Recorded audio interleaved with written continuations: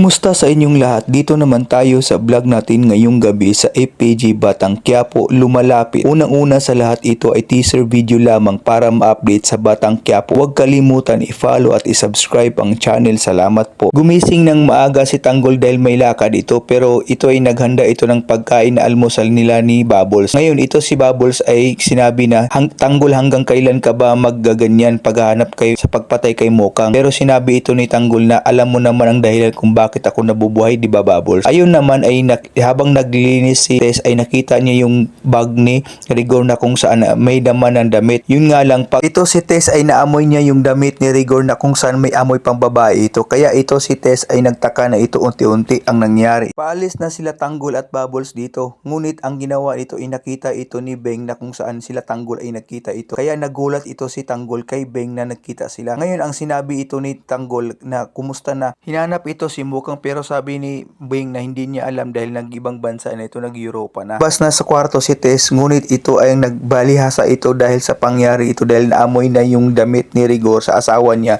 naamoy babae ito. Kaya nagtaka ito sila Santino at saka si Camille ito. Nagtaka ito si Tanggol na kung saan nakita ito si Beng, pero hindi nagpahalata si Beng ito na alam niya na may plano ito si Beng sa kanya kay Tanggol dahil kay Bubbles, dahil yung anak ni Samantha si Beng. So dito naman ay tumawag si Don Pakundo kay Makaraig na kung saan gusto niya ipakita si Tanggol dahil tinulungan ito sa paglaya nito. Pero ito naman si Makaraig, hahanapin niya ito si Tanggol nito. Ngayon dito naman sa presinto ay pumunta na si Elena at the same time malapit na sila nahuli nito ni Mando na nagkahawak kamay nito. Kaya ito sila pinapatawag ito ni Colonel Suarez ito. Ito si Tess ay tumawag ito kay Beng na kung saan humingi ito ng saklolo dahil nga nahuli nga yung asawa niya na amoy yung damit na pambabae ito. Papunta sa bahay at mag-usap sila nito. Habang naglalakad sila Tanggol at Bubbles nito ay nakita ito nila si Berting at saka si Ben nag-uusap ito. Kaya ang ginawa ito, nagulat yung dalawa, si Ben at saka si Berting, dahil nalakalaya na si Tanggol.